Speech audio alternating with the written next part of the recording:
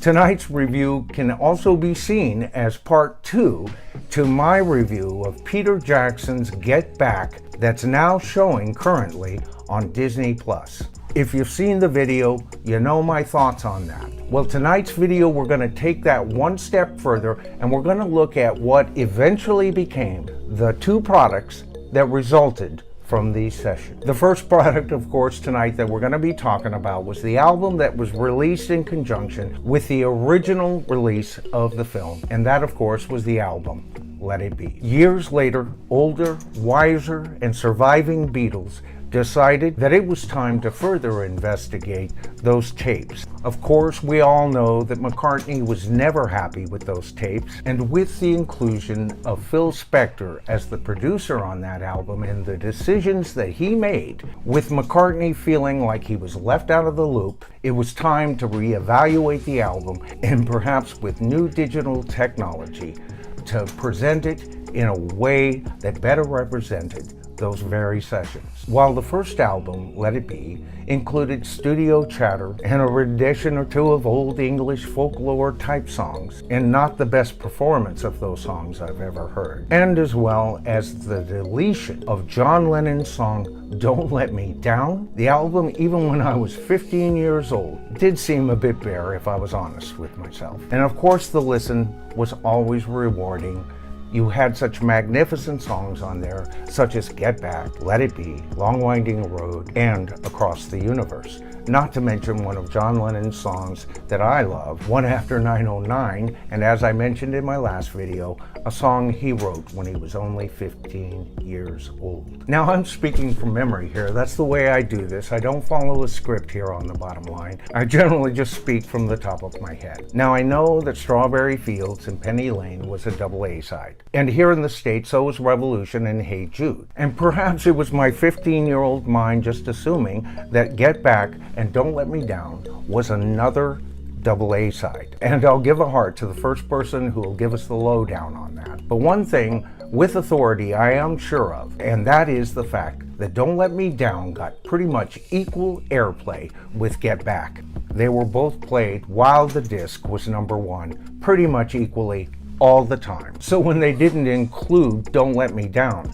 I always was disappointed with that fact. That put so much more weight on the songs that John did have on the album and gave each one of them less time to relax and find their place. Now that was going to be a challenge for any cut on the album that wasn't a #1 hit. But I can tell you, in the heart of every 15-year-old male Beatle fan at the time, Don't Let Me Down was a #1 hit. It never stopped me from enjoying my listening to the album. I accepted it for what it was and was grateful that it existed. But when older and wiser Beatles decided to take a look at those tapes and include Don't Let Me Down on a more cleaned up album, as shy of Phil Spector's influence as they could get it. Now Phil Spector was a genius, there's no doubt. His wall of sound approach really added electricity, especially in the early part of the 60s. But to the 15-year-old fan, he was already old hat. I was aware of him, I knew he was a great producer,